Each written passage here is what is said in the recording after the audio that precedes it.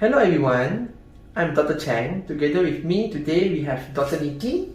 We are going to talk about how to perform a confrontation visual field. So as we all know, confrontation visual field is basically assessing the patient's visual field by using our own visual field as a reference.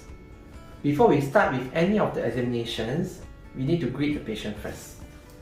Hi, I'm Dr. Chang. I'm going to perform a visual field assessment. To start off with confrontation visual field, we need to sit 1 meter apart from the patients. Make sure our eye level is the same. To do that, I have to adjust my seat height.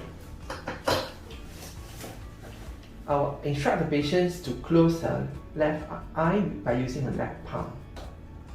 So I will start with the right eye visual field first. So I will ask patients to tell me how many fingers the patient can see. 2. This is to make sure that patient can at least see a counting finger for me to proceed with my assessment. So I would like to instruct the patients to look at my face and tell me whether any part of the face is missing. So can you see my face?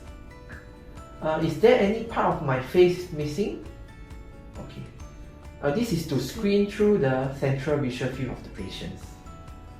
I will then further divide the patient visual field into 4 quadrants, which is superior nasal, superior temporal, inferior nasal and inferior temporal quadrant. While patients are closing her eyes, I will put my hands in front of the patients. I'll start off with the upper part of the visual field first. I will show my fingers and ask patient how many she can see. How many fingers? 1 and 2. How many fingers? 2 and 0. How many fingers? 0 and 1. I will repeat to the inferior part of the visual field. How many fingers? 1 and 2. How many fingers? 2 and 0. How many fingers? 0 and 1. So this patient have a normal visual field grossly. I will ask patient to change her hand. Can you change your hand? I'll proceed the same screening test on the left eye. So now we are going to delineate the visual field by using a white and red pins. White pin is being used to assess the peripheral visual field, whereas red pin is for central visual field and blind spot.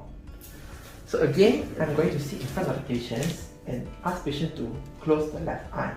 At the same time, I will close my right eye. I'll put the white pin at the center between me and patients, and then I will put the white pin away from our visual fields and slowly move in. Okay, let me know when you see the white pin in your visual field. Yeah?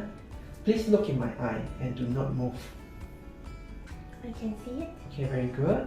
I'll change the white pin to the bottom inferior quadrant. I can see it. Okay, very good.